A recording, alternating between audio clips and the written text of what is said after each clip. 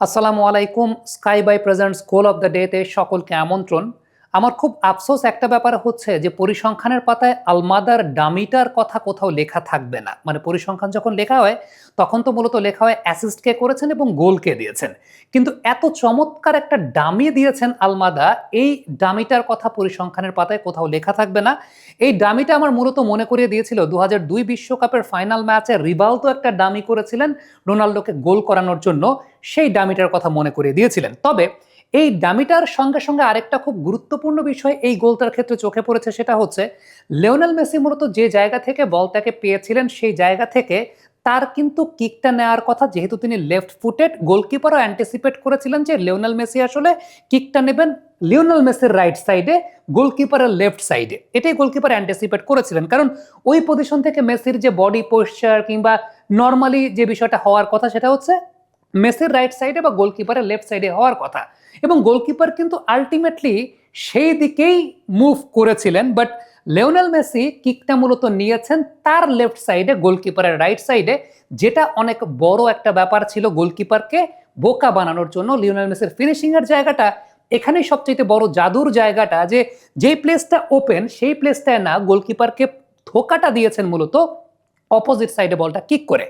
এবার আরেকটা খুব গুরুত্বপূর্ণ বিষয় বলতে চাই, যেটা আসলে আলমাদার এই ডামিটাকে অনেক বেশি মাত্রায় জাস্টিফাই করে, অনেক বেশি মাত্রায়।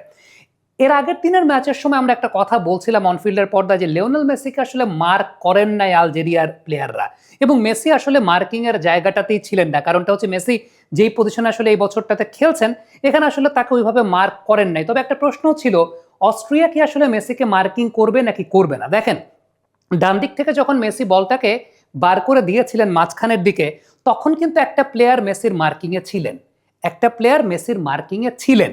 বাট একটা পর্যায়ে আসলে বলটা যখন বাদিকের ওইদিকে চলে গেছে তখন কিন্তু ওই প্লেয়ারটা মেসিংয়ে মার্কিং করাটা ছেড়ে দিয়েছেন, এবং মেসিও মূলত তাকে ওই মার্কিংটা ব্রেক করার জন্য সামনের দিকে একটা রান করেছেন।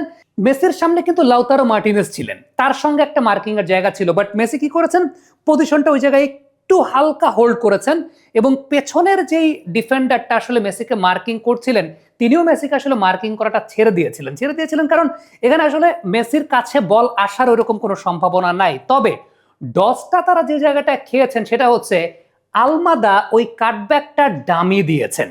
আলমাদা যখন কাটব্যাকটা ডামি দিয়েছেন মেসি কিন্তু তার পজিশনটা হোল্ড করছিলেন, মেসি কিন্তু খুব বেশি আগে সামনে আগে যান নাই, কারণ ওই জায়গায় লাউতারো মার্টিনেজ ছিলেন, তার সঙ্গে একটা গার্ড ছিল।